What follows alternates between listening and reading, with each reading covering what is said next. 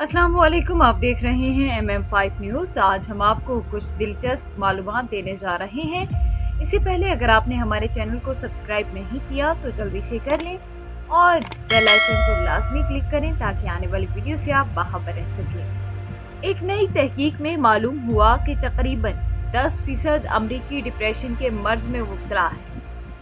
नौजवानों में मिजाज के वसाइल तेजी से फैल रहे हैं।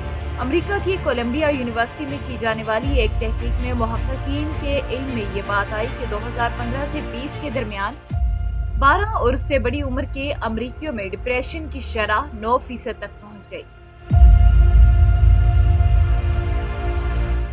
2020 में डिप्रेशन की शरह 17% रही। तहकीक की सरबराह मुहक्किक और सिटी यूनिवर्सिटी ऑफ न्यूयॉर्क की प्रोफेसर रेनी गडोन का कहना है कि डिप्रेशन अमेरिका में इंतहाई आम है और वबा की सूरत इख्तियार कर चुका है। डिप्रेशन एक अवामी सेहत का मसला है। नज़ला जुकाम की तरह इससे भी अवामी सेहत की हिकमत अमलियों के साथ निपटना चाहिए।